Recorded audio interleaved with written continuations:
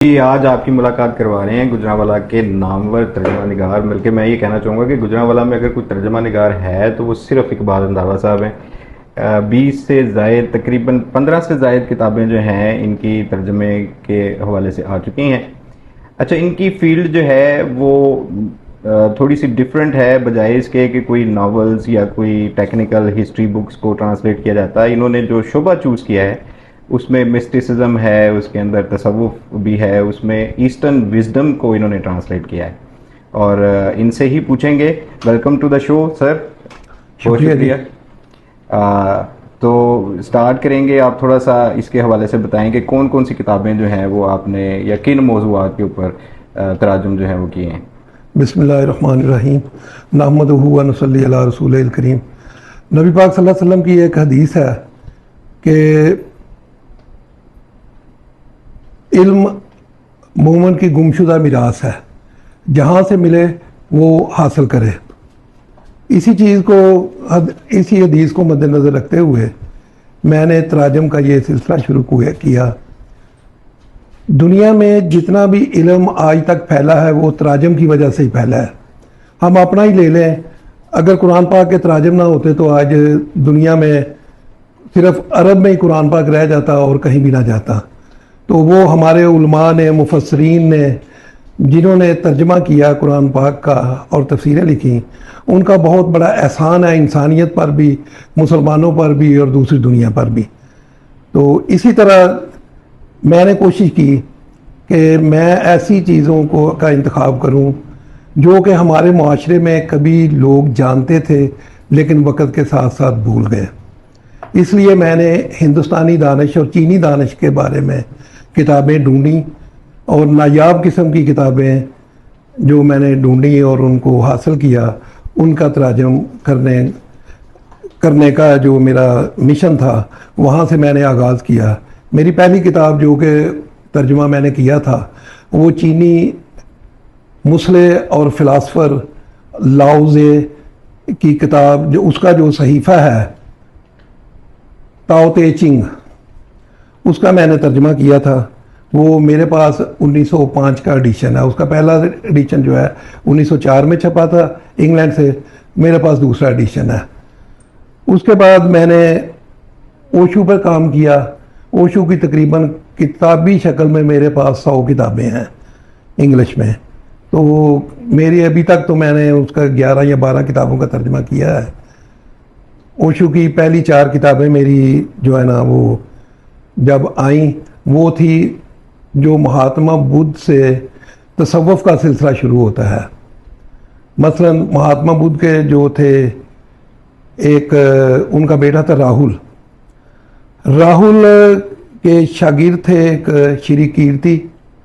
कीर्ति ने के आगे उसके 2 शागिर्द थे, एक सराहा और एक वो जापान की तरफ चला गया था, उसका नाम अभी मुझे याद आ जाएगा, जो मार्शल आर्ट्स का बानी है। तो चाइना से जापान चला गया। सराहा हिंदुस्तान में रह गया। सराहा का किताब का नाम है द रॉयल सॉन्ग्स ऑफ सराहा। सराहा का शाही गीत के नाम से तर्जुमा किया और वो 4 अलग-अलग जिल्दों में भी है। ये बुद्धि तसव्वुफ पर किताबें हैं चारों। उसके बाद मैंने 4 किताबें की सूफ़ी स्टोरीज़, जो कि मुस्लिम सूफिया के बारे में ओशो किया हैं। उसमें ऐसे ऐसे सूफिया का जिक्र है जिनका हमने कभी नाम भी नहीं सुना। जहाँ तक ओशो का तल्लक है, उसकी डॉक्यूमेंट्रीज यूट्यूब पर पड़ी हुई हैं। यूट्यूब पर आपका उसकी डॉक्यूमेंट्री जो इंट्रोडक्टरी है वो देखेंगे तो उसमें है कि ओशो की ज़ाती लाइब्रेरी में 1.5 लाख किताब थी और उसने सारी पढ़ी। इसलिए ओशो ने दुनिया का कोई नाम मौजू छोड़ा है कि जिस पर उसने बात ना की हो, ना किसी बड़े आदमी को छोड़ा, उसने मिस नहीं किया किसी को भी। उसने सब की बातें की, सब के मुतल्लिक तकरीबन ओरिजिनल जो मालूमात थी वो उसने दुनिया को दी। उम्र उसकी तकरीबन ओशो की 59 साल थी। 1930 में वो पैदा हुआ और शायद 59 में नहीं 89 में फौत हो गया।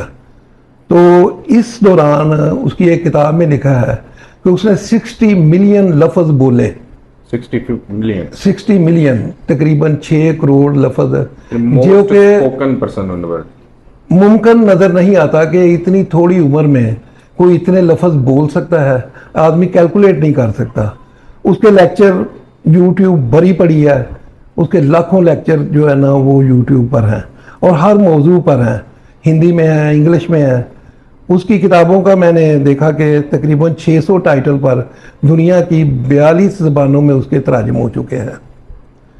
ओशो की मैंने पिछले दिनों ताहिर भाई से मैं कह रहा था कि एक किताब मैंने जो अभी मेरी छप कर आ रही है, the books I have loved, उसका मैंने नाम दिया उसको मेरी महबूब किताबें। मैं जब वो किताब कर रहा था तो साथ साथ मेरे दिल में ये बात आ रही थी कि अब इसके बाद मुझे ओशो पर काम नहीं करना चाहिए, क्योंकि वो इतनी जामे किताब है और इतना बड़ा काम है। हमारे पास तो इस तरह की चीज़ें ही नहीं है। इंशाअल्लाह मेरी कोशिश होगी कि अगर ऐसा मौका मिला तो आप लोगों के साथ मैं उसका एक एक किताब को शेयर करूंगा जी बिल्कुल, मुस्तकबिल में। हम वो इसके ऊपर एक प्रोग्राम, हम एक एक बुक के ऊपर भी प्रोग्राम करेंगे इंशाल्लाह आपके साथ। तो इसी तरह चलते चलते मेरी फिर किताब आई है पिछले साल, जिसके बैक फ्लैप ताहर साहब ने लिखा है महात्मा बुद्ध और दमपद। वो महात्मा बुद्ध का सहीफा है, बिल्कुल सही, जो कि मेरे पास 1882 का नुस्खा था और पाली ज़बान से डायरेक्ट तर्जमा हुआ है। सही। एक बड़े इल्म के मैदान में या इल्म की दुनिया में एक बहुत बड़ा नाम है, वो नाम है Max Muller. Max Muller German थे और इंग्लैंड में आ गए थे। उनका एक सीरियल है उनकी किताबों की 50 जिल्दों में, secret books of the east. उसके अभी मैं तकरीबन 2 या तीसरी किताब कर रहा हूँ तर्जमा।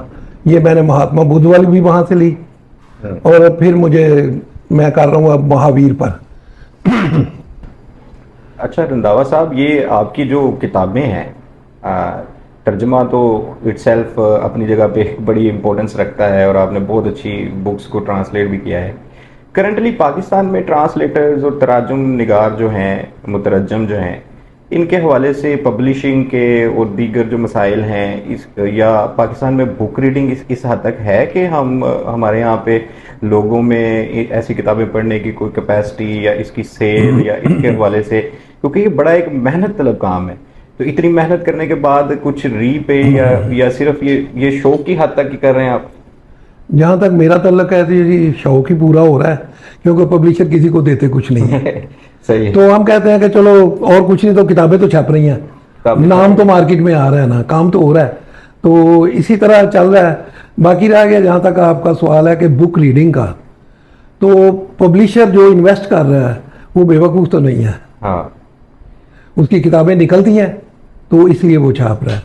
और ओशो जो है जिसका वो हार्ड सब्जेक्ट है, उसको पूरी दुनिया में पसंद किया जाता है और पूरी दुनिया में लोग इंतज़ार करते हैं कि कब कोई किताब आएगी और लोग पढ़ते हैं। उर्दू रीडर्स हैं ओशो के बहुत ज़्यादा, अगर ना होते तो मेरी 11-12 किताबें वो ना छापते। बिल्कुल ऐसे ही, ठीक है ना, यानी इसकी डिमांड ओशो की चल रही है। पिछले दिनों आपकी दमपद जो है उसका पहला एडिशन भी हाथों हाथ ही गया है। हाँ जी, वो तकरीबन हाथों हाथ निकल गया जी। यानी इट मीन्स के दमपद के हवाले से भी लोगों की रीडिंग जो है। हाँ जी, महात्मा बुद्ध पर असल में बहुत कुछ लिखा गया है। दमपद के काफ़ी एडिशन थे लेकिन वो सब बाद के थे, ओरिजिनल नहीं था कोई भी। सही है। मेरी हमेशा कोशिश रही है कि मैं वो किताब लूं जो कि नियर टू ओरिजिनल हो। सही। मैंने अभी तक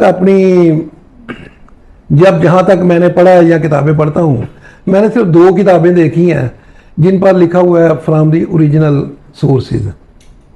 ठीक है। एक वो सर विलियम म्योर की लाइफ ऑफ मोहम्मद है और दूसरी मेरे पास अभी किताब आई है, वो मैं इंशाल्लाह अगर ज़िंदगी ने साथ दिया तो इसके बाद मैं तर्जुमा करूँगा। वो है जरदुश्त पर, ईरान का जो पैगंबर हुआ है बड़ा। हाँ। दुनिया का सारा इल्म या जो कुछ भी है वो जरदुश्त से आगे निकला है। बहुत सारी ये जो इस तरफ ईरान से आगे मुल्क हैं जितने भी, मशरक़ वुस्ता है या फ़लस्तीन है या जो भी है, वो सारे बड़े लोग जो है ना उसी से मुतासर हैं। सही। यहाँ तक कहा जा सकता है कि यूनानी इल्म भी उससे मुतासर है, जो यूनानी फलसफा थे, क्योंकि वो उनसे पहले हुआ है। ठीक हो गया। ठीक है ना, ये अरस्तु और अफलातून वगैरह से, उनसे उन यूनानी फलसफा से जरदुश्त जो है ना पहले हुआ है। अच्छा, ये एक चीज तर्जमे के हवाले से पहले थोड़ी सी गुफ्तगू जी। कर लेते हैं कि ये क्या ज़रूरी है कि हम तर्जमा निगारी के लिए कोई मास्टर्स डिग्री होनी चाहिए या अंग्रेजी ज़ुबान अदब बहुत ज़्यादा अच्छा आना चाहिए? इसकी टेक्निक क्या है कि एक टेक्निकल काम है या आज के दौर में जो हमारे पास ये ओपन सोर्सेज आ गए हैं, आर्टिफिशियल इंटेलिजेंस आ गई है, इससे काम आसान हो गया है तर्जमा निगारी का? क्या कंप्यूटर उस तरह से तर्जमा कर सकता है आपके ख्याल में जिस तरह से एक ह्यूमन ट्रांसलेटर करता है?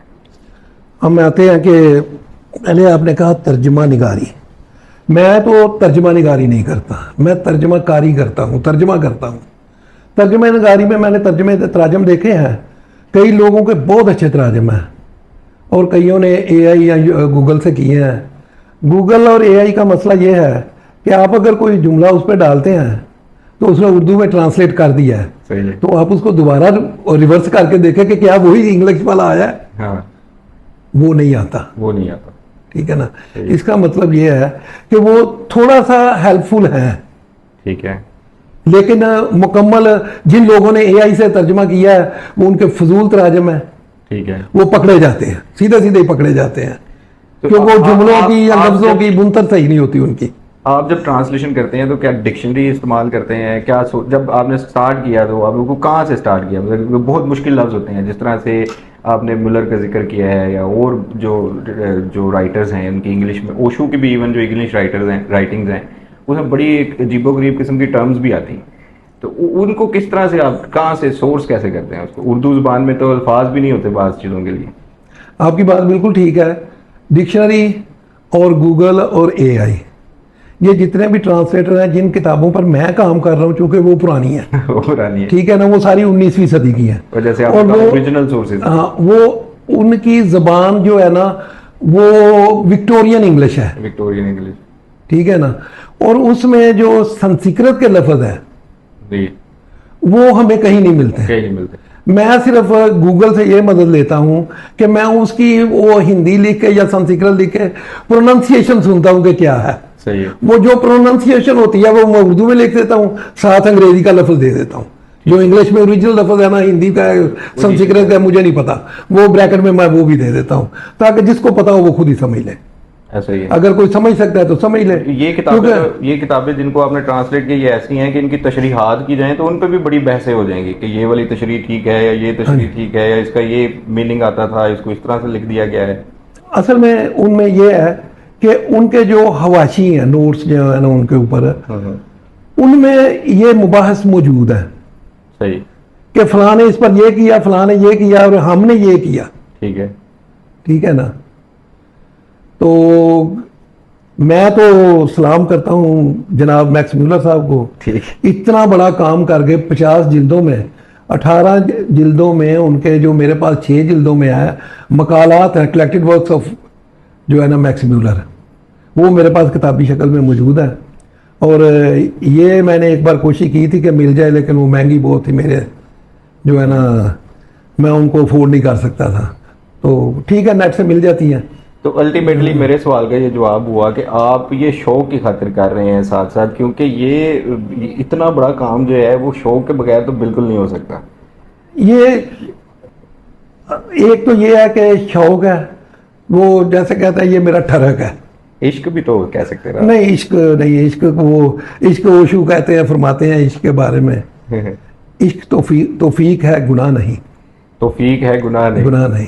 अच्छा, ओशू पे जिक्र आ गया तो ओशू के पे बात करते हैं, क्योंकि ओशू बड़ा एक हॉट टॉपिक जो है वो चल रहा है। मैं पीछे देख रहा था कि यूट्यूब के ऊपर ओशू की जो फॉलोइंगशिप है सॉरी, ओशू जो है वो पाकिस्तान में बड़ा जो है वाइडली देखा जा रहा है।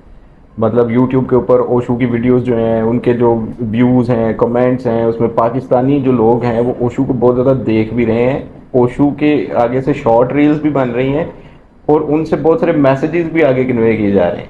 इट मीन्स कि किसी ना किसी हद तक ओशू जो है वो पाकिस्तान में भी सरायत किए हुए है। हाँ, इस पे कंट्रोवर्सी ज़रूर है और जो हमारी एक इंटेलेक्चुअल एलीट है वो ओशू को पसंद नहीं करती पाकिस्तान के अंदर। आपको कोई इसकी नेगेटिव फीडबैक आई? नहीं, वो इस तरह है कि पहले पहले हर चीज़ पर ही नेगेटिविटी आती है जब पहला तर्जमा कुरान पाक का जो हुआ था फारसी में, वो फैजी ने शायद किया था, जो अकबर के नौरत्नों में था। हमारी टेक्स्ट बुक में वैसे शाह वलीउल्लाह लिखा हुआ है। तो शाह वलीउल्लाह साहब का तो मारूफ है ना, वो मारूफ। तो फैजी पर भी कुफर के फतवे लगे थे। हाँ, शाह वलीउल्लाह पर शाह वलीउल्लाह रहमतुल्लाह अलैह पर भी जो है ना, वो बिल्कुल। उन पर भी फतवे लगे थे। लेकिन जब वो लोगों को पता लगना शुरू हो गया हाँ, ये जरूरी है। तो कि ये तर्जमे के बगैर समझ नहीं आता, हाँ, ये इस तरह हुआ कि प्रेस की इजाज़त से बहुत सारे मामला जो है ना वो हल हो गए। सही। जो पहले दुनिया को बहुत ज़्यादा मसाइल थे, ये मेरे ख्याल में गुटनबर्ग ने, पहले वो जर्मन था, उसने प्रेस बनाया, तो वो सबसे पहले आया इसके पास, तुर्क खलीफा के पास। तो उसने आके कहा कि जी मैंने ये बनाया, आपकी जितनी किताबें हैं इस पर अगर छपेंगी तो ये ना स्याही ख़त्म होगी, वो तो कलम से लिखते हैं आप, तो वो बारिश आ जाए, पानी आ जाए, वो ख़त्म हो जाएगा, ये छपाई ख़त्म नहीं होगी, ठीक है, और लोगों के हाथ भी चला जाएगा, ये काम भी सस्ता है किताबत से। तो उन्होंने अपने वो मुफ्ती आजम से पूछा, तो उन्होंने कहा जी हम अपने लोगों को फारिग कर दें कातबों को, तो नहीं लिया। उसने जाके खुद ही यूरोप में सबसे पहला काम ये किया कि बाइबल छाप दी, ट्रांसलेट कर दी। नहीं छाप दी, ट्रांसलेशन तो मौजूद थी, प्रेस के हवाले से। प्रेस के हवाले से उसने छाप दी। ठीक है। ये छपाई ने इंसानों पर बहुत बड़ा एहसान किया, एहसान किया, बिल्कुल ठीक है ना। जब वो बाइबल छप कर आई तो लोगों ने कहा कि ये पादरी हमें क्या कहते हैं, ये तो इसमें लिखा ही नहीं। बिल्कुल सही। ठीक है ना।